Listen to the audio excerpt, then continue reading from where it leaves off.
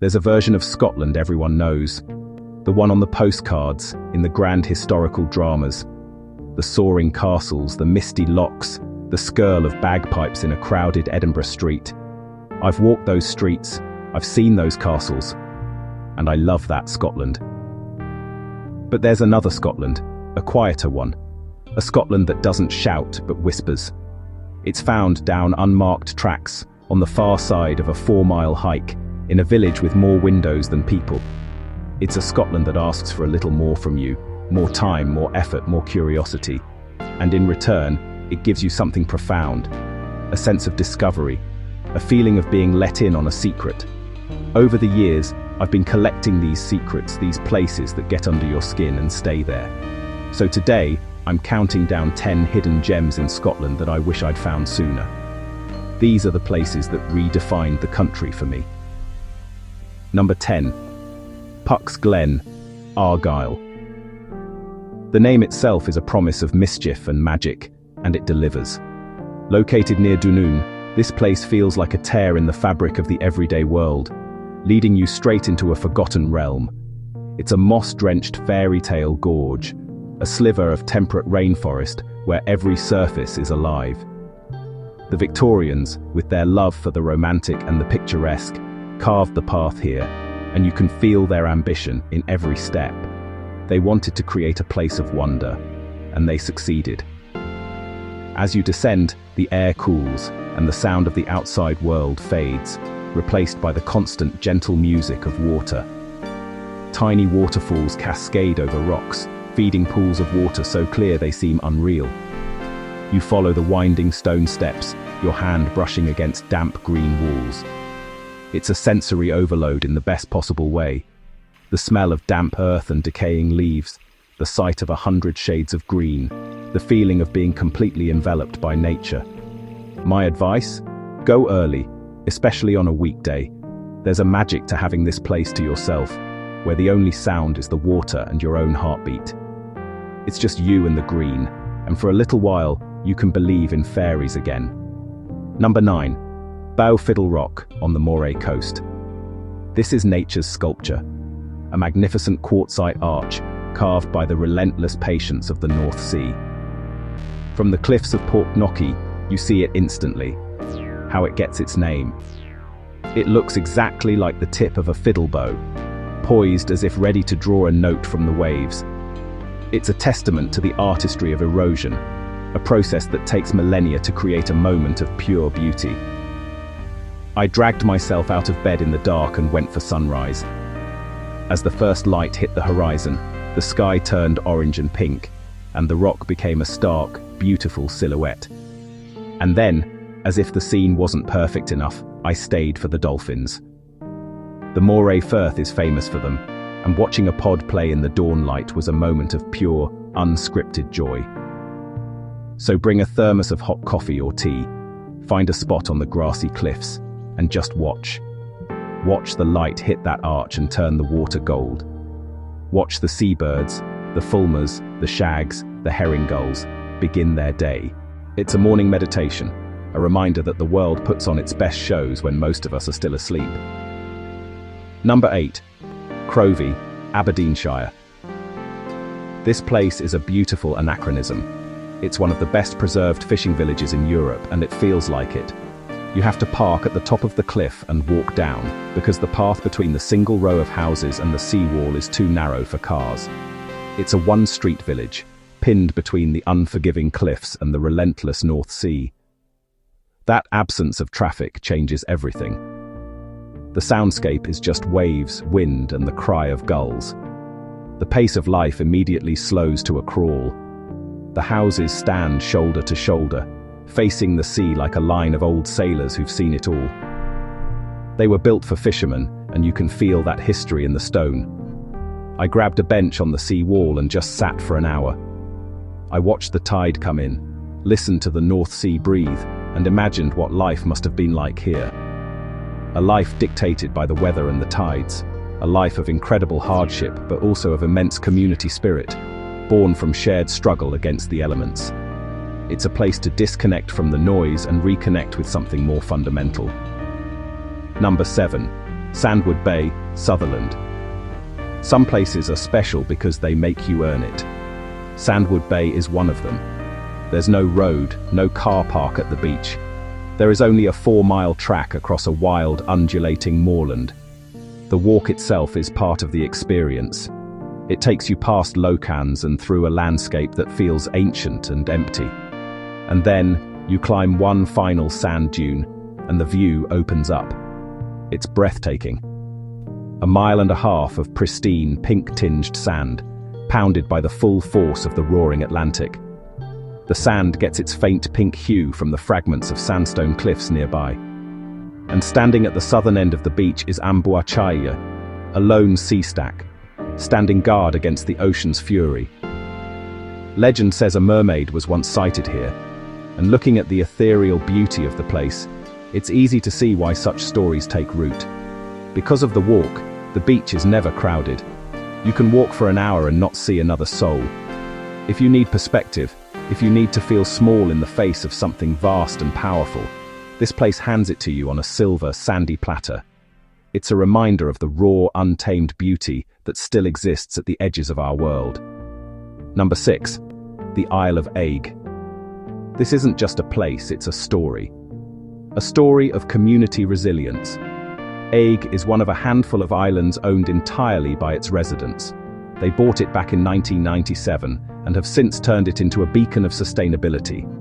The island is dominated by the Skerr of Eigg, a dramatic ridge of pitchstone rock that rises like a shark fin from the moorland.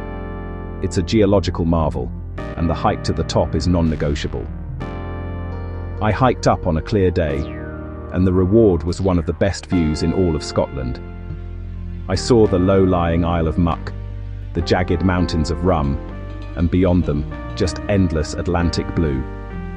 It feels like you're standing on the roof of the Hebrides, but the real magic of Eigg is its people. The community here is off-grid, powered almost entirely by renewable energy. It's creative, resourceful, and incredibly welcoming. You feel it in the small tea room, in the craft shop, in the conversations you have with the locals. It's a small island with a population of around 100, but its spirit is huge. It's a place that gives you hope. It sticks with you. Number 5. The Corryvreckan Whirlpool. Situated in the narrow strait between the islands of Jura and Scarborough, this is not just a body of water, it's a living, breathing creature.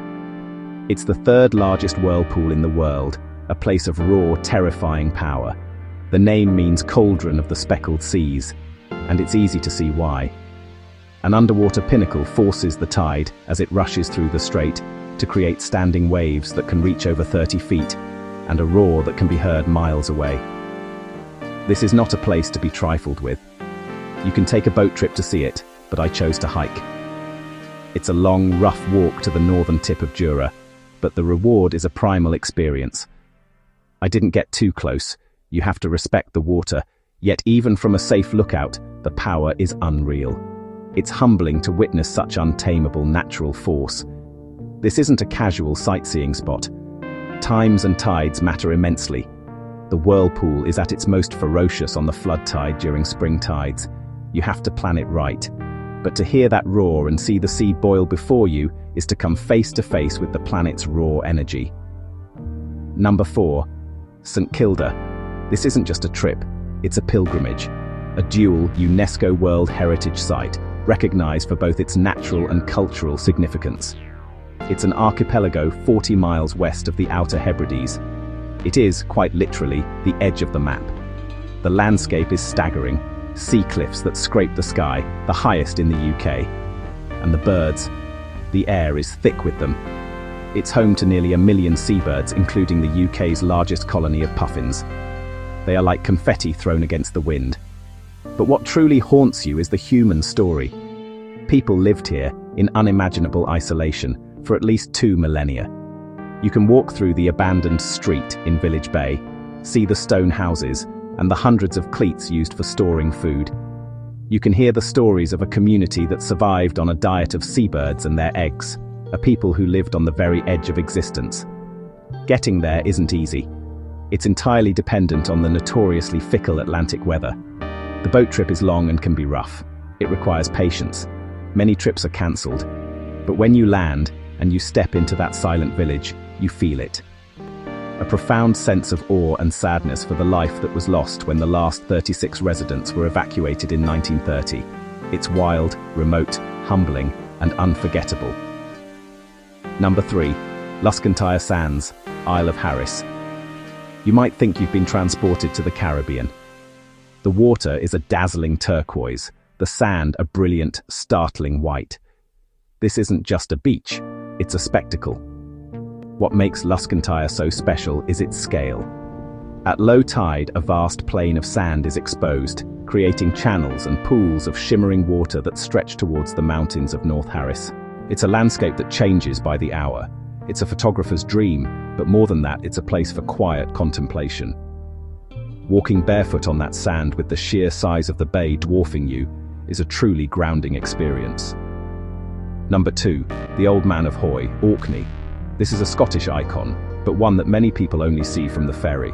To truly appreciate it, you have to walk.